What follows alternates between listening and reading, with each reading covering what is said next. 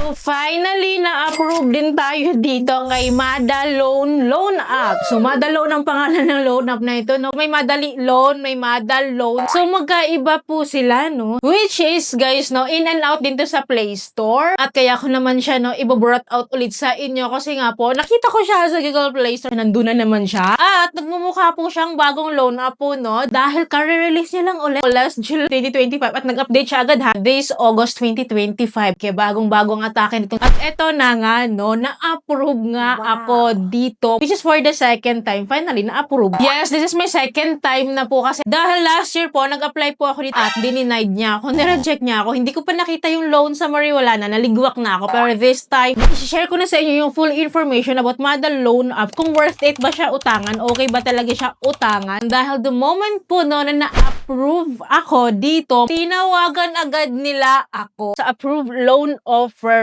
ko. Well, tulad nga po pala ng ibang mga loan apps po, madali lang mag-apply dito kay Mada Loan App. Wala siyang hinihingi income proof, don't worry. Kung gusto ng mga instant cash loan app, no, isa ito si Mada Loan App na makukonsider natin. Pero guys, no, wait lang, teka lang, kay mahalaga na mapanood nyo talaga yung buong video para malaman nyo yung buong details niya kung go pa din kayo dito. Well, before I proceed po, disclaimer lang tayo. I'm not a financial expert, I'm not a loan expert po. Lahat po ng isinishare ko sa inyo ay based only on my personal experience. This is not sponsored. Mag-share lang po ako sa inyo ng tamang expectation po sa loan app na ito para mabigyan kayo ng awareness or ideas before trying. Well, kung makikita nyo po sa app niya dito, no, konti pa lang yung reviews niya nga. Though, ang tagal niya nang nag-e-exist talaga. Dahil sabi ko nga sa inyo, in and out siya sa Google Play Store. Nagmumukha siyang bagong release na naman. Pero luma na talaga to si Mada Loan App. Kaya kung makikita nyo dito, konti pa lang talaga yung reviews niya. Kaya nagmumukha siyang bago. In-offer daw po ito ni Newam Financial Advisor. Well, tinignan ko yung details na dito. At nakita ko po, tulad ng last time na na-feature ko to si Mada Loan na under pa din po siya kay iFund Lending Corporation. Kasi yung nakalagay po dito, no, sa description po niya na ito daw ay SEC registered. So, tinignan ko po sa list of recorded online lending platform under kay iFund Lending. So, nakita ko nga doon legit na naka-register pa din po siya sa SEC website. So, dinownload ko yung app and then may mga permission na naman po dito na kailangan ko pong i-allow, no, para makapag-proceed ako. So, right after po, makikita niyo po sa homepage po ni Mada Loan App na nagpapautang po siya up to 28,000 pesos. But guys, if you are new, it doesn't guaranteed po na ito talaga yung loan offer or maximum loan offer po yung i-offer sa atin. So, subject for evaluation po ito. Depende po yun sa eligibility po natin. I-assess po kasi talaga tayo sa ating application. Guys, hindi ko na masyadong papansinin yung mga terms niya dito or yung mga interest rates niya dito kasi magkakaalaman yan sa loan summary mamaya. So, anyways, click lang natin tong apply. And then here po, we need to provide our mobile phone number. Agree po natin tong privacy policy. Right after po, magpapadala sila sa atin ng verification code na i-enter po natin dito to proceed. And then pagkatapos po nito, babalik siya sa homepage natin and then click po natin tong apply. And then here po, we need to provide the basic information po including the personal email, marital status, number of children, educational background, and addresses po natin. At followed by our employment type. So dito po, hindi naman po sila mahigpit, guys, no? Sabi ko nga sa inyo, kahit sino pwede mag-apply dito. Kahit wala po tayong work, hindi po sila mahigpit kasi hindi naman po sila nanghihingi ng payslip or other income document. Well, anyways, kailangan din po natin ibigay ng ating monthly salary, company name. So, for me, I choose none lang. At dito sa baba, guys, malinaw na malinaw sa atin na nanghihingi sila ng ating Facebook username. Hindi naman link yung hinihingi niya, pero username. Pag ganito po kasi, pwede natin ilagay na NA or none. Or pwede natin ilagay na lang yung initials natin. Basta ma-fill upan lang siya. Kasi yun lang din yung ginagawa ko. Hindi ko talaga binibigay yung aking Facebook talaga po. Anyways, after filling up all of this po, so confirm lang natin lahat. And this is followed by the emergency contacts po. Bali, tatlo po yung hinihingi nila, dalawang relatives at isang friend or co-worker po. So ito po ay magdadirect po siya sa ating phone book list. Well, right after naman po nito is followed by the ID information po. Ito po yung mga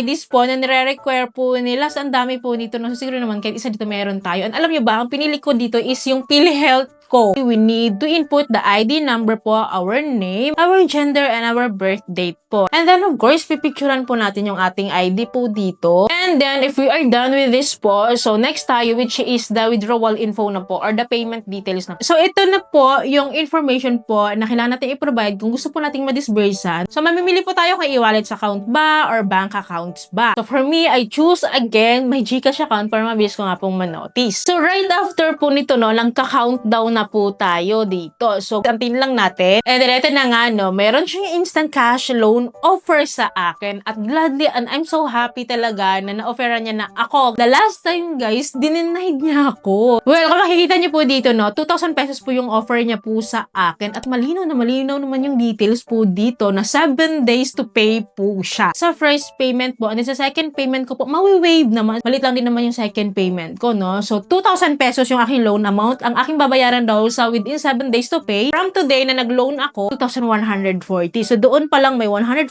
na siya sa akin. So, lumalabas po 7% of my loan amount. Yun yung interest rate niya sa akin na excess ha. Kasi 2,000 nga lang yung uutangin ko. But, wait, there's more. So, baba natin. Dito sa baba, napakalinaw po ng amount na ma-receive ko na lang daw is 1,320 pesos. Grabe, no? 2,000 yung loan offer ko. Ito na lang yung ma-receive ko. So, lumalabas po 680 pesos po yung ikakaltas nila sa akin. At lumalabas nga na 34% of my loan amount, yun yung ibabawas nila sa akin. So, 34% plus 7% kanina na interest rate. So, 41% of the whole effective interest rate. Ganun siya kalala. Well, bakit nga ba ganun na lang yung service fee niya? So, tinignan ko yung breakdown niya. Ang taas ng service fee ko ha, 400 pesos. Management fee is 200 pesos. And then, transfer fee is 80 pesos. Kaya siya nag-total po ng 680 pesos. And then, within 7 days to pay. So, grabe. Parang medyo mabigat. So, okay lang sana sa akin kung babawasan ako ng 100, 200. Mga ganun mo lang. Pero, yung ibabawas nila is 680. Tapos, ibabalik mo. Buti kung 2,000